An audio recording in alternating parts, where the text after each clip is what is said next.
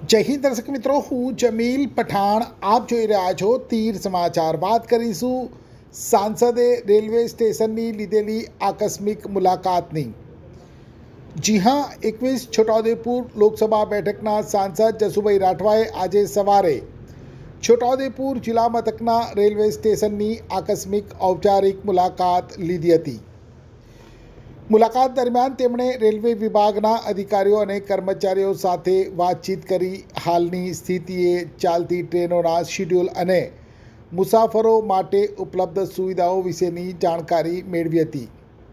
સાંસદની મુલાકાત સમયે છોટાઉદેપુરથી વડોદરાના પ્રતાપનગર જતી ટ્રેન પ્લેટફોર્મ ઉપર મોજૂદ હતી, ત્યારે સાંસદે ટ્રેનમાં બેઠેલા મુસાફરો સાથે પણ વાર્તાલાપ કર્યો હતો. તો સ્ટેશન ઉપર પીવાના પાણી માટે લાગેલ શુદ્ધ ઠંડા પાણીના કુલરમાંથી તેમજ ટાંકીમાં લાગેલ નળમાંથી જાતે પાણી પીધું હતું. સાંસદની આકસ્મિક મુલાકાતમાં સ્ટેશન ઉપર ખૂબ જ સારી સાફ સફાઈ અને સ્વચ્છતા જોવા મળી હતી. મુસાફરો માટે પીવાના શુદ્ધ અને ઠંડા પાણીની તેમજ શૌચાલયની સુવિધા વધારવા માટે સાંસદે સ્ટેશન અધિક્ષકને સૂચન કર્યું હતું. સાંસદે ટિકિટ બુકિંગ વિભાગની પણ મુલાકાત લઈ પ્રતિદિન છોટાઉદેપુરથી વડોદરા આવાગમન કરતા મુસાફરોની સંખ્યા વિશેની તેમજ ટિકિટ બુકિંગ અને રિઝર્વેશન અંગેની સુવિધા વિશે જાણકારી મેળવી હતી.